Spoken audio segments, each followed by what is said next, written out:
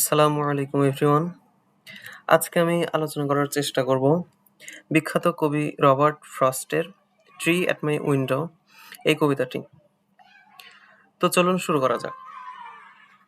প্রথমেই কবিতাটা সম্পর্কে একটু বলে নেই, তাহলে আপনাদের বুঝতে একটু সুবিধা হবে। রবার্ট ফ্রস্ট এই কবিতাটি লিখেছেন মূলত তিনি নিজেকে তার জানলা দিয়ে দেখা যায় এরকম একটা গাছ, একটা বড় গাছ। এমন একটা গাছের সঙ্গে তিনি নিজেকে তুলনা করেছেন এই কবিতার মধ্যে। তো জাস্ট এটুকুই বলে নিলাম যাতে আপনাদের বুঝতে একটু সুবিধা হয়। তো চলুন লাইন বাই লাইন এক্সপ্লেন করা যাক। Tree at my window. প্রথমেই কবি বলছেন, প্রথম line, tree at my window, window tree. এখানে দেখেন কবি বলছেন ট্রি অ্যাট মাই উইন্ডো, অর্থাৎ আমার জানালায় গাছ। আবার কি বলছেন, উল্টা করে বলছেন কি, উইন্ডো ট্রি, যেটার অর্থ একই, যে কবির জানালায় যে গাছ একটা ছিল তিনি সেই গাছের কথা এখানে মেনশন করছেন আর কি। তো এখানে রিভার্স করে বলার একটা কারণ হচ্ছে যে উনি প্রথম লাইনেই এটা বোঝা যাচ্ছে, ওনার এই কবিতার প্রথম লাইন দ্বারাই বোঝা যাচ্ছে যে তিনি এখানে গাছের সাথে নিজেকে মানে ওতপ্রোতভাবে তুলনা করছেন বা কম্পেয়ার করছেন। তো প্রথম লাইনেই কবি একটা হিন্টস দিয়ে দিচ্ছেন, উল্টা কথা বলেছে, ট্রি অ্যাট মাই উইন্ডো, তারপরেই তিনি বলছেন যে উইন্ডো ট্রি। অর্থাৎ মানে এখানে যে রিভার্সের একটা কিছু বিষয় আছে, কবি আসলে মূলত এখানে এটাই বুঝাতে যাচ্ছেন প্রথম লাইনেই। তো চলেন তারপরে কবি কি বলেছেন দেখি। মাই স্ল্যাশ is lowered when night comes on. কবি এখানে বলছেন যে মাই স্ল্যাশ ইজ লোয়ার্ড। এখানে স্ল্যাশ বলতে বোঝানো হচ্ছে যে জানালার যে মানে যে পাল্লা থাকে, সে পাল্লাটা তিনি নামিয়ে দেন বা লোয়ার্ড করে দেন। হোয়েন নাইট কামস অন, যখন রাত নেমে আসে, যখন আধার ঘনিয়ে আসে। অর্থাৎ যখন রাত হয় তখন কবি কবির জানালাটা নামিয়ে দেন। But let there never be curtain drawn. এখানে তারপরে কবি বলছেন যে যদিও হচ্ছে রাত হলে আমি জানালাটা নামিয়ে দেই, ঠিকই জানালাটা লাগিয়ে দেই, but let there never be curtain drawn, কিন্তু সেখানে কখনোই আমি চাই না যে সেখানে পর্দা দেওয়া হোক। মানে জানালা লাগাচ্ছি, ইটস ওকে, বাট সেখানে পর্দা দেওয়া থাক সেটা আমি কখনোই চাই না। বিটুইন ইউ অ্যান্ড মি, তোমার এবং আমার মধ্যে। এখানে বিটুইন ইউ অ্যান্ড মি দ্বারা কবি মূলত বোঝাচ্ছেন কি, সেই গাছ এবং তার কথা, যে সেই তার জানালাতে যে সেই গাছটা আছে এবং তিনি নিজে, তো কবি এই দুজনের কথা বলতেছেন যে কবি হচ্ছে আ তা জানালা লাগায় দিলে দিক, অসুবিধা নেই। কিন্তু তিনি কখনোই জানালায় পর্দা টানেন না। কেন টানেন না? কারণ পর্দা টানলে তিনি সেই গাছটাকে আর দেখতে পাবেন না। তো কবি কখনোই চান না যে আ গাছটা তার থেকে পুরোপুরি মানে যেন অদৃশ্য হয়ে যায়। কবি সবসময় গাছের সাথে একটা কানেকশন রাখতে চান। তো তাহলে পুরো স্ট্যান্জাটা যদি একটু আমরা বলি, "Tree at my window, window tree, my sash is lowered when night comes on. But let there never be curtain drawn between you and me." কবি বলছেন যে আমার জানালায় যে গাছ আছে সেই জানালার গাছটা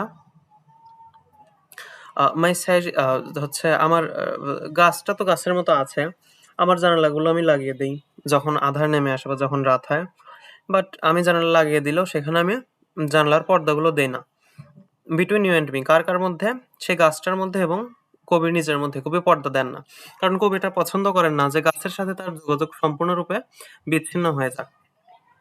পরের আম স্ট্যান্জাটা যদি আমরা লক্ষ্য করি, vague dream vague dream head lifted out of the ground. আচ্ছা, তাহলে এখানে আমরা কি জানি, ভেগ মানে কি? ভেগ মানে হচ্ছে অস্পষ্ট। তাহলে ভেগ ড্রিম হেড, ড্রিম মানে স্বপ্ন, হেড মানে মাথা। তাহলে এখানে যদি আমরা লিটারেল হচ্ছে মিনিং করতে যাই তাহলে দাঁড়াবে এরকম, মানেটা যে ভেগ ড্রিম হেড অর্থাৎ স্বপ্নের যে অস্পষ্ট মাথা। Lifted out of the ground, যেটা মাটি থেকে গজিয়ে উঠেছে। কিন্তু এটা তো আসলে কোনো মিনিং হয় না। এটা দিয়ে কবি মূলত বোঝাচ্ছেন vague dream head lifted out of the ground. কবি মূলত বোঝাচ্ছেন সেই গাছটার কথা। আ যেমন ধরেন অন্ধকারে অনেক সময় আমরা রাতের বেলাতেও কিন্তু বড়, বড় গাছ আমরা কিন্তু দেখতে পাই। কিন্তু খুবই স্পষ্টভাবে আমরা সেগুলো দেখতে পারি না। তো কবি এটাই বলছেন যে vague dream head lifted out of the ground. মানে কবি এখানে ফেক ড্রিম হেড, এখানে কবি স্বপ্নের মাথার কথা বললে কবি মূলত রাতের বেলা যে গাছটাকে যে কল্পনার মতো একটা স্বপ্নের মতো লাগে, গাছের যে মাথা, ড্রিম হেডের কথা বলছেন, মানে তিনি গাছের মাথার কথা বলছেন। Lifted out of the ground, অর্থাৎ মাটি থেকে গাছটা যে ফুঁড়ে অনেক উপরে উঠে গিয়েছে এবং এটাকে যে অস্পষ্ট দেখায়, কবি সেটাই বুঝতে চাচ্ছেন মূলত এখানে। And thing next most diffuse to cloud, এখানে দেখেন and thing next most diffuse to cloud, অর্থাৎ কবি এখানে বুঝতে চাচ্ছেন যে এবং গাছ হচ্ছে তার কাছে প্রকৃতির এমন একটা জিনিস যেটা হচ্ছে আহ, আহ, প্রকৃতির মধ্যে মেঘের পরেই, মানে গাছ হচ্ছে সব থেকে ছন্ন ছাড়া সব থেকে এলোমেলো একটা জিনিস কবির কাছে। রিফিউজ বলতে ধরেন এখানে স্ক্যাটার্ড বা ছড়ানো ছিটানো এরকম একটা মিনিং দেয়। তো কবি বোঝাচ্ছেন যে কবির কাছে গাছের চেয়ে বেশি একমাত্র একটা জিনিসই বেশি ছড়ানো ছিটানো বা এরকম এলোমেলো লাগে, সেটা হচ্ছে কি, সেটা হচ্ছে গিয়ে মেঘ। এবং কবির ভাষ্য অনুযায়ী মেঘের পরেই গাছই হচ্ছে আহ, গাছই হচ্ছে সবচেয়ে বেশি এলোমেলো জিনিস। সেজন্য কবি বলছেন and thing next most diffuse to cloud, এবং ক্লাউডের পরেই বা মেঘের পরেই সবচেয়ে ছন্নছাড়া যে জিনিস, সবচেয়ে স্ক্যাটার্ড যে জিনিস, সেটা হচ্ছে কবির কাছে এই গাছ। তারপরে দেখেন কবি কি বলে, not all your light tongues talking aloud. আচ্ছা, এখানে কবি not all your light tongues, tongue মানে আমরা জানি যে জিহ্বা, কিন্তু গাছের তো আসলে জিহ্বা নেই। এখানে লাইট টাংস বলে কবি মূলত বোঝাচ্ছেন যে গাছের যে মাথার যে পাতাগুলো আছে, একদম উপরে উপরে অনেক উপরে যে পাতাগুলো থাকে, ঝাঁকড়া হয়ে যে থাকে যে পাতাগুলো ঘন, সেগুলোর কথা বোঝাচ্ছেন। Not all your light tongues talking aloud, এখানে গাছের পাতা তো মূলত কথা বলতে পারে না, কিন্তু কবি এখানে বোঝাচ্ছেন যে গাছ যে হচ্ছে বাতাসে হেলে দুলে, বাতাসে উইসপার করে বা শব্দ হয় বা হচ্ছে মারমার করে বা হচ্ছে হালকা শব্দ হয় না, বাতাসে একটা শব্দ তো হয় গাছে, নড়াচড়া যখন করে গাছ বা যখন বাতাস লাগে হেলে দুলে। তো কবি এটা বলছেন যে not all your light tongues talking aloud, মানে তোমার যে এই যে নড়াচড়ার শব্দ, এটা হচ্ছে খুবই লাইট বা খুবই হালকা। হচ্ছে এটা হচ্ছে লাউডলি টক, এটা এটা হচ্ছে মানে লাউডলি কথা বলে না, বা তোমার এই শব্দটা খুব বেশি আহ, জোরে, খুব বেশি তীব্র না। অর্থাৎ কবি বলছেন যে তোমার এই যে হেলে দুলে যে তোমার একটা মারমার একটা উইসপারিং যে একটা সাউন্ড তুমি করো, এটা হচ্ছে, এগুলো হচ্ছে লাইট টাং, এগুলো হচ্ছে হালকা শব্দ। তারপর বলছেন কুড বি প্রোফাউন্ড, কবি এখানে বোঝা বোঝা যাচ্ছেন যে কুড বি প্রোফাউন্ড, মানে অর্থাৎ এগুলো হচ্ছে খুব ডিপ বা খুব মিনিংফুল কথাবার্তা হয়তো হতে পারতো, কিন্তু এগুলো আসলে খুব মিনিংফুল কথাবার্তা না। অর্থাৎ কবি বোঝাচ্ছেন যে তোমার পাতা থেকে যে শব্দগুলো আসে, এগুলো তুমি যে কনস্ট্যান্টলি এই শব্দগুলো করতে থাকো, কন্টিনিউয়াসলি একটানা করতেই থাকো, এগুলো জাস্ট তুমি শব্দই করে যাও, কথা বলেই যাও, কিন্তু এই কথার খুব ডিপ কোনো আসলে মিনিং নাই।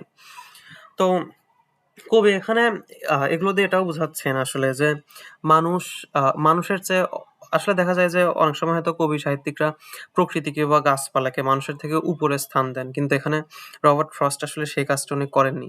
যে কারণে উনি আসলে এখানে বোঝাচ্ছেন যে তুমি নড়াচড়া করো, তুমি অনেক কিছুই ফেস করো, তুমি অনেক লম্বা, ঠিক আছে, সব ঠিক, মানলাম, কিন্তু তুমি যে খুব বেশি আহ, খুব বেশি প্রোফাউন্ড কিছু বলো বা তুমি যে খুব নিগুড় কোনো তাৎপর্যপূর্ণ কিছু যে তুমি বুঝাও, এরকমটাও না।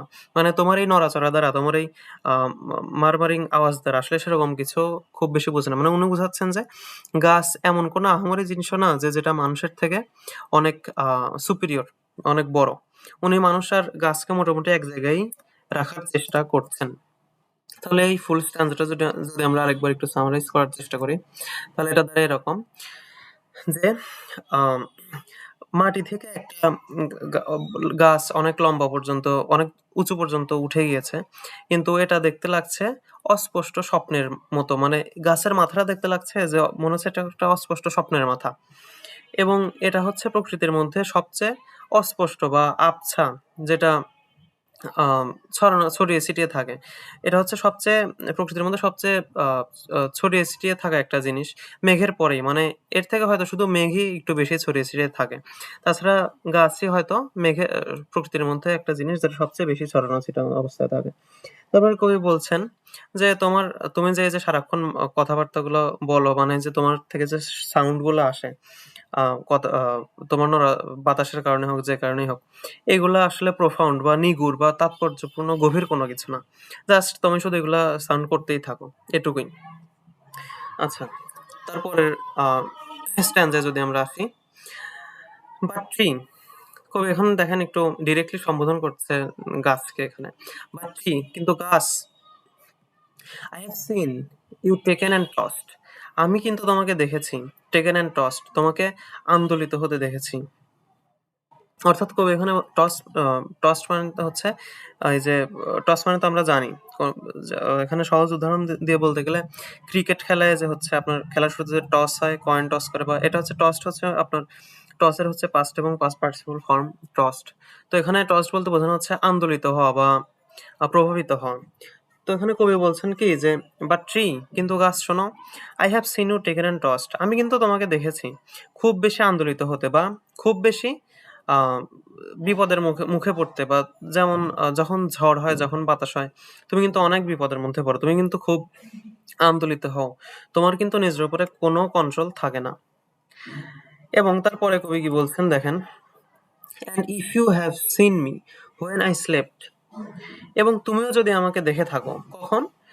যখন আমি ঘুমাই। You have seen me when I was taken and swept and all but lost. দেখেন এই লাইনটা কত সুন্দর। আমার মনে হয় আমরা সবাই অ্যাজ হিউম্যান বিং কম বেশি এটার সাথে রিলেট করতে পারবো। And if you have seen me when I slept, এবং তুমি যদি আমাকে দেখে থাকো যখন আমি ঘুমাই। অর্থাৎ দেখেন কবির সাথে কিন্তু গাছের এখানে কনস্ট্যান্ট, মানে একটা না একটা হচ্ছে তাদের কমিউনিকেশন বা যোগাযোগ চলছে। কিভাবে চলছে? ওই যে কবি প্রথমেই বলেছেন যে আমি হচ্ছে জানালা লাগাই দেই ঠিকই, কিন্তু আমি পর্দা দেব না। কেন দিব না? কারণ পর্দা দিলেই গাছের সাথে আমার যোগাযোগটা তো আর আমি আর রাখতে পারবো না।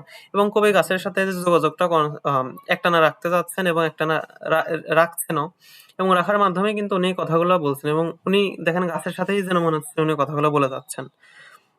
তো কবি বলছেন যে, but tree, I have seen you taken and tossed, যে গাছ শোনো, আমি কিন্তু দেখেছি তুমিও কিন্তু অনেক বাধা বিপত্তির সম্মুখীন হও, তুমিও কিন্তু অনেক দুর্যোগের, প্রাকৃতিক দুর্যোগ, ঝড় বাতাসের মুখোমুখি হও।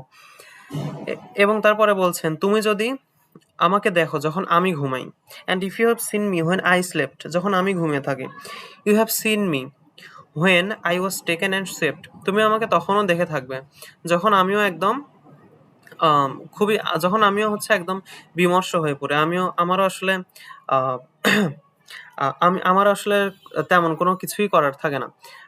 তো অ্যান্ড অল বাট লস্ট, এবং আমি আসলে সম্পূর্ণ তখন লস্ট হয়ে যাই, আমার হাতে কিছুই করার থাকে না। এখানে কবি মূলত বোঝাতে চাচ্ছেন কি যে, গাছের সাথে উনি নিজেকে তুলনা করছেন যে, আমি তোমাকে দেখেছি যে তুমি হচ্ছ খুব প্রাকৃতিক দুর্যোগের দ্বারা হোক, ঝড়ের দ্বারা হোক, বাতাসের দ্বারা হোক, তুমি খুব তোমার এমন অবস্থায় তুমি চলে যাও যে এত বাজেভাবে তুমি মানে ভায়োলেন্টলি এদিক সেদিক নাড়াচাড়া করতে থাকো। যখন ঝড় ওঠে তখন তুমি এমনভাবে মুভ করতে থাকো এদিক সেদিক, তোমার নিজের উপরে কোনো কন্ট্রোল থাকে না। তখন তুমি নিরুপায় হয়ে যাও। এবং কবি তারপরে নিজের কথাও তিনি বলছেন যে, দেখো তুমি আমাকেও হয়তো দেখে থাকবে যখন আমি ঘুমাই, অথবা তুমি তখন আমাকে দেখে থাকবে যখন আমিও একদম নিরুপায় হয়ে যাই। তুমি হয়তো ঝড়ের সাথে এরকম লড়াই করো, ঝড়ের মধ্যে টিকে থাকো। কিন্তু আমি হয়তো এরকম বাইরের কোনো কিছুর সাথে এরকম লড়াই করি না। কিন্তু আমার স্ট্রাগলটা, আমার সাফারিংসটা হয়তো আমার ভিতরের, আমার ইনার, মানে আমার মনের ভেতরের। তো তারপরে বলছেন অ্যান্ড অল বাট লস্ট, এবং আমারও নিজেকে খুব নিঃস্ব ফিল হয়। মানে খুব ফাঁকা অনুভব করি আমি নিজেকে। তো কবি এটাই বুঝতে চাচ্ছেন যে, আ গাছ, তুমি হচ্ছে নিজেকে, তোমাকে আমি দেখি যে তুমিও খুব আ আ সাফার করো মাঝে, মাঝে ঝড়ের দ্বারা, এবং তুমিও হয়তো আমাকে দেখো যে আমিও খুব সাফার করি। হয়তো তোমার মতো বাইরের ঝড়ের দ্বারা না, বাইরের কোনো পরিবেশের কারণে, কোনো কিছুর কারণেই না।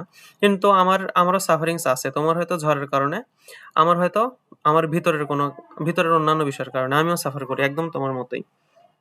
তো দেখেন তার পরের স্ট্যান্জাতে যদি আমরা যাই, এবং লাস্ট স্ট্যান্জা যেটা, that day she put our heads together. এখানে দেখেন, এখানে আগেই বলে নেই, শি বলতে এখানে বোঝানো হচ্ছে ফেট, ফেট বা ভাগ্যকে, ভাগ্য অর্থাৎ নিয়তিকে বোঝাচ্ছেন এখানে কবি। কবি বলছেন কি যে, that day she put our heads together, সেদিন তিনি আমাদের দুজনের মাথা একসাথে জুড়ে দিয়েছেন। মানে একসাথে লাগিয়ে দিয়েছেন। এখানে আম কার মাথার কথা বলা হচ্ছে? কবি এবং গাছ। তাদের মাথা বলতে কি এখানে মূলত বোঝানো হচ্ছে যে কবি এবং যে গাছ আছে, এই ২ জনের যে ভাগ্য, এই ২ জনের যে ভাগ্য বা নিয়তি, এটাকে ভাগ্য নিজেই হচ্ছে একসাথে জুড়ে দিয়েছে। কবি এবং আ গাছের নিয়তিকে আ ফেট জিনিসটাই কবি এবং গাছের ভাগ্যকে একসাথে জুড়ে দিয়েছে। এবং তারপরে কবি বলছেন, "Fate had her imagination about her" এবং এরপরে কবি বোঝাতে চাচ্ছেন যে Fate had her imagination about her এবং কবি বলছেন যে ফেট যে তার এবং গাছের ভাগ্যটাকে একসাথে জুড়ে দিয়েছেন, এটা ফেট হচ্ছে এমনি করেন নাই। ফেট মানে না জেনে না বুঝে এমনটা করেছেন সেটা না। আ ফেট এটা করেছে খুব জেনে বুঝেই।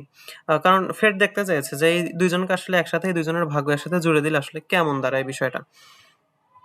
তারপরে কবি বলছেন, "Your head so much concerned with outer, mine with inner weather" দেখেন, এটা হচ্ছে আ এই ২ লাইনটা your head so much concerned with outer, mine with inner weather এই ২ টা লাইন ভালো করে বুঝলেই আসলে আমার মনে হয় যে কবিতা সম্পূর্ণ এটাই বোঝা সামারি বা থিম মিনিং যেটাই বলেন বোঝা সম্ভব। দেখেন your head so much concerned with outer কবি বোঝাচ্ছেন কি তোমার মাথা your head মানে তোমার মাথা so much concerned with outer তোমার মাথা হচ্ছে বাইরের পরিবেশ নিয়ে, বাইরের জগৎ নিয়ে, বাইরের দুনিয়া নিয়ে so much concerned খুবই আ সে খুবই হচ্ছে ব্যস্ত। মানে তুমি হচ্ছে বাইরের দুনিয়া নিয়ে ব্যস্ত। তুমি বাইরের দুনিয়া নিয়ে concerned. Mine with inner. কিন্তু আমি কোন দুনিয়া নিয়ে ব্যস্ত? আমি হচ্ছে ইনার, ভিতরের দুনিয়া নিয়ে ব্যস্ত। এখানে এই ২ টা ওয়ার্ড দেখলেই বোঝা যায়। এখানে হচ্ছে কবি বলেছেন আউটার, আউটার মানে কি? বাইরের, বাইরের বিষয় মানে বাইরের বিষয় কিরকম একটা মিনিং দাঁড়ায় আউটার অর্থ। আর এখানে দেখেন কবি বলছেন কি? ইনার। ইনার অর্থ অভ্যন্তরীণ বিষয়ক বা ভেতর বিষয়ক। তাহলে কবি বলছেন যে your head so much concerned with outer মানে তোমার মাথা বা তোমার হচ্ছে যে কান্ডগুলো থাকে গাছের উপরের যে পাতাগুলো থাকে। কবি বলছেন যে তোমার এই পাতাগুলো বা তুমি নিজেই হচ্ছে আউটার বা বাইরের বিষয়গুলো নিয়ে বেশি কনসার্নড। Mine with inner আমি হচ্ছে ভিতরের বিষয় নিয়ে বেশি কনসার্ন। তুমি বাইরেরটা নিয়ে বেশি কনসার্ন থাকো। আমি ভিতরেরটা নিয়ে বেশি কনসার্ন থাকি। থাকার কারণ আছে। এখানে কবি লাস্টে বলে দিয়েছেন কি ওয়েদার। এখানে দেখেন এই একটা ওয়ার্ড কবি লাস্টে হয়তো ইউজ করেছেন এই একটা কারণেই যে এখানে ওয়েদারটা উনি শুধু উনার নিজের সাথে বোঝাতে চাননি। উনি হয়তো বোঝাতে চাচ্ছেন গাছের ক্ষেত্রেও। Your head so much concerned with outer weather এবং mine with inner weather উনি ভাবছেন যে your head তোমার মাথা সবসময় ব্যস্ত থাকে outer weather নিয়ে। যেরকম কখন একটা সাপোজ যদি একটা গাছকে নিয়ে আপনি একটু চিন্তা করেন। একটা গাছ হয়তো চিন্তা করে যে কখন ঝড় আসতে পারে, কখন কত কিলোমিটার বেগে ঝড় হতে পারে বা কখন কিরকম আ কি হতে পারে, আমি আদৌ টিকে থাকবো কিনা, বাতাসের বেগ কত হতে পারে। তো এই বাতাসে আমি টিকে থাকতে পারবো কিনা এবং যখন সেই ঝড় শুরুও হয়, তখন তার হাতে কিচ্ছু করার থাকে না। এবং তাই কবি বলছেন, "ইউর হেড" অর্থাৎ গাছকে বলছেন, "তোমার মাথা সবসময় চিন্তা করে আউটার ওয়েদার নিয়ে, বাইরের জগৎ নিয়ে, বাইরের পরিবেশ নিয়ে। কিন্তু মাইন্ড উইথ ইনার ওয়েদার কিন্তু আমি সবসময় ব্যস্ত থাকি। আমার মাথা সবসময় ব্যস্ত থাকে ভিতরের ওয়েদার নিয়ে। আমার ভিতরের বিষয় নিয়ে। যেরকম আমি তো আর তোমার মতো গাছ না যে আমি বাইরের দুনিয়া নিয়ে ব্যস্ত থাকবো। আমি হচ্ছি হিউম্যান বিং, আমি মানুষ। আমি আমার জীবনে তোমার লাইফে যেরকম স্ট্রাগল আছে, ঝড় বাতাস আছে, আমার লাইফেও তোমার মতো অনেক স্ট্রাগল আছে। আমার লাইফে ডিপ্রেশন আছে, সাফারিংস আছে, চিন্তা, অনেক দুশ্চিন্তা আছে, অনেক পাওয়া না পাওয়ার আ বিষয়-আশয় আছে। এটা সব মানুষেরই যেহেতু থাকে। তো আমার লাইফেও অনেক হচ্ছে সীমাবদ্ধতা আছে। আমার লাইফেও অনেক স্ট্রাগল আছে। কবি এটাই বলছেন যে, "তুমি তুমি তুমি আর আমি আসলে আমাদের মধ্যে খুব বেশি পার্থক্য নাই। তুমি বাইরে থাকো, তোমার চিন্তা হচ্ছে বাইরের জগৎ নিয়ে, বাইরের জগতের আ আ জগৎ জগতের কারণে তুমি সাফার করো। আমি হচ্ছে যেহেতু মানুষ, আমি আমার ভিতরের বিষয়গুলোর কারণে আমি সাফার করি।" তো কবি এটাই বলতে চাচ্ছিলেন এখানে। তো এই ছিল হচ্ছে ব্যাখ্যা। তো এখন পুরো কবিতাটা যদি একটু সামারাইজ করে দিতে চাই, তাহলে কবিতাটা দাঁড়াবে এরকম যে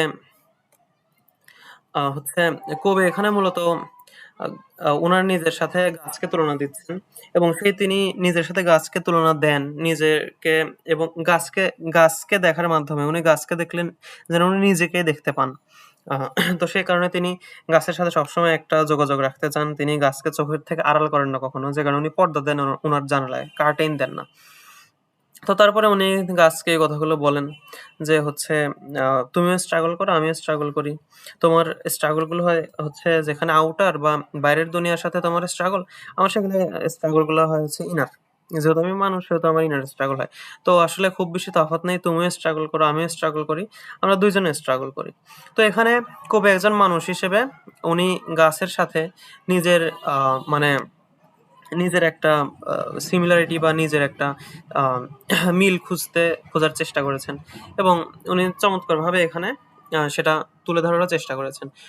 তো এই ছিল বিখ্যাত কবি রবার্ট ফ্রস্টের কবিতা 'ট্রি অ্যাট মাই উইন্ডো' এটার এক্সপ্লেনেশন। আশা করি আপনারা বুঝতে পেরেছেন। তো আজকে এ পর্যন্তই। পরবর্তীতে আশা করি আবার অন্য কোনো কবিতার এক্সপ্লেনেশন নিয়ে হাজির হব। সে পর্যন্ত সবাই ভালো থাকবেন, সুস্থ থাকবেন। আল্লাহ হাফেজ। আসসালামু আলাইকুম।